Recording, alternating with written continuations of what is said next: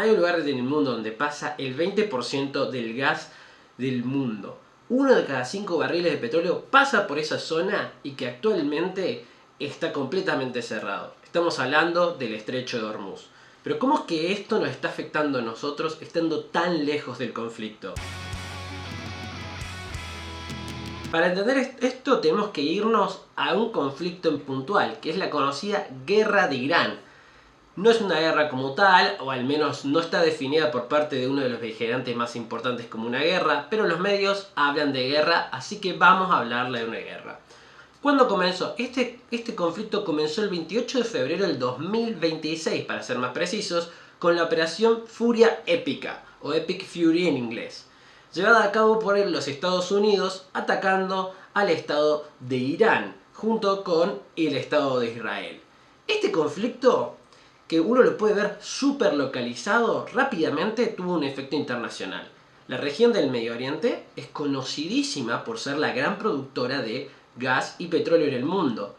No es la única, y esta es la que empezó a llevar a cabo todos los problemas de líneas de logística, porque el gran problema en realidad que hay alrededor de este conflicto es que rompe las cadenas de logística, o las cadenas de suministros de toda la producción mundial.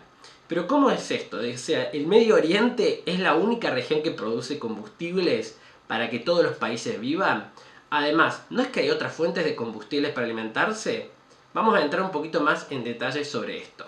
El gran problema en realidad no se suscita tanto en lo que nosotros vemos cotidianamente, como es el consumo en el combustible de los autos, de los medios de transporte, sino en lo que es la producción de energía.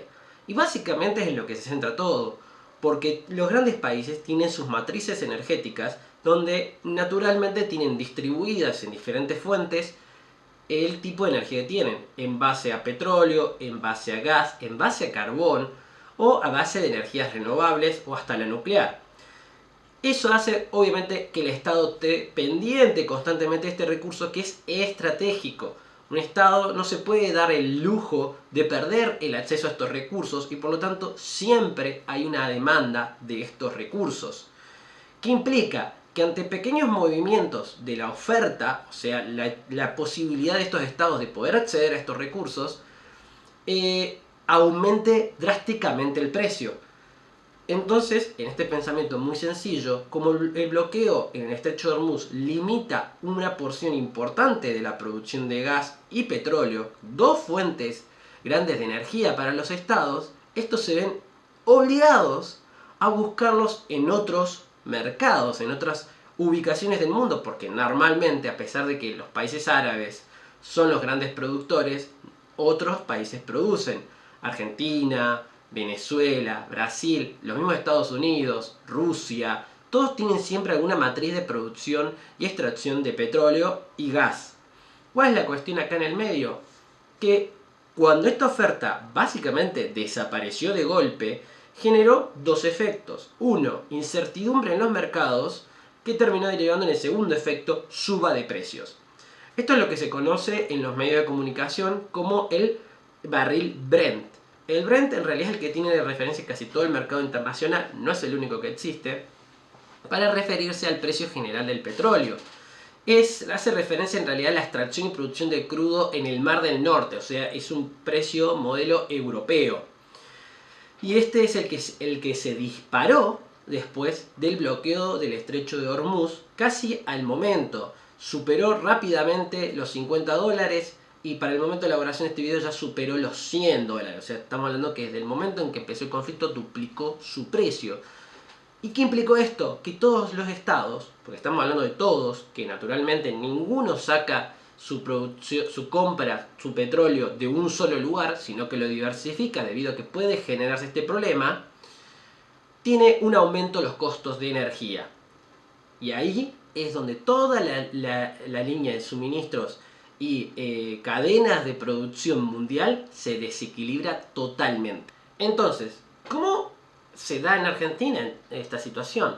La cuestión es que Argentina como tal no estaba involucrada directamente con el conflicto, a pesar de que Milei quiso meterse de alguna que otra forma debido a su cercanía con Donald Trump. Nos fue afectando de diferentes formas. Yo en su momento pensé en varias ocurrencias porque los grandes inversores que invierten en las grandes empresas productoras de petróleo de tanto Arabia Saudita como Qatar o Emiratos Árabes Unidos o Kuwait iban a buscar otros fondos de producción de combustible para seguir exportando, debido a que obviamente el precio se disparó. Quiero producir para seguir comerciando internacionalmente mientras el estrecho esté en crisis. Cuestión que eso podría generar dos problemas. Ya que uno, pensar que Argentina no tiene todavía toda la industria desarrollada, no tiene los gasoductos ni oleoductos completamente terminados, a pesar de que ha habido grandes proyectos y la política del RIGI que elaboró Milei favoreció que haya inversiones para esto, para lo que es vaca muerta, la producción, podía no llegar a darse. Y obviamente hay lugares donde son más atractivos, como lo es Estados Unidos. Y la otra situación es que este conflicto puede no alargarse y yo tengo que invertir una gran cantidad de dinero para producir algo en un país que no tiene del todo desarrollada su infraestructura, por lo tanto va a tardar. Entonces cuando llegue a salir, el conflicto va a terminar generando que el precio esté más bajo y no voy a haber podido aprovechar. Se pueden dar esas situaciones, todavía no se puede ver si haya pasado eso efectivamente. En general se dan todos estos resultados posterior a la crisis. La otra cuestión es que generalmente por el aumento del precio, todo lo que requiere energía aumente de precio en general. Entonces vas a tener toda la línea de producción, ya sea alimentos, industria, minería, todo aumenta de precio ya que todo requiere energía y esa energía se genera con estos combustibles. ¿Qué generó un poco esto? No tanto en Argentina, pero sí en Europa, es reactivar dos industrias que están venidas un poquito abajo, que fue la energía renovable, nuevamente se la pone a hablar tenemos que ponernos en onda, y la energía nuclear. La energía nuclear se la vuelve a pensar como una energía viable, debido a que genera un montón de energía con pocos recursos en relación a la de petróleo y a la de gas. Siendo que el uranio en general lo tienen que buscar también en otros países, los europeos, pero por ejemplo Argentina tiene una capacidad nuclear también importante. No tan desarrollada como ciertos países europeos como Francia, pero está. ¿Qué es lo que implica también esta cuestión de la línea de suministros cortada? Aumento general de precios, como ya dije, y eso va a generar presión inflacionaria en cualquier país.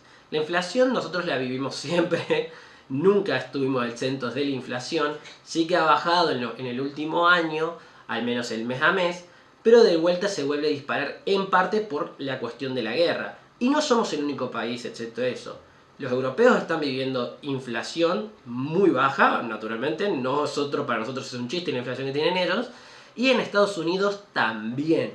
Entonces, está generando este impacto global, una guerra súper localizada. Y acá está lo interesante de pensar cómo el conflicto local, que está elaborado y que se llevó a cabo por dos países, o sea, tres países en general, pues son las tres beligerantes entre ellos, ¿no? Los tres que combaten, y que el resto de los países no tienen la culpa. Estados Unidos no consultó con sus aliados para hacer el conflicto, nos referimos a los europeos, ya que Israel es un estado aliado y debió de haber sido consultado, ya que atacaron conjuntamente, pero es pensar la responsabilidad que tienen estos países a la hora de actuar internacionalmente, porque terminan afectando a estados que no tienen nada que ver y no quieren nada que ver con el conflicto.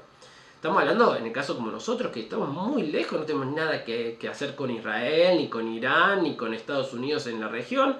Por nosotros que allá haya paz, debido a que nos favorece el comercio a nosotros.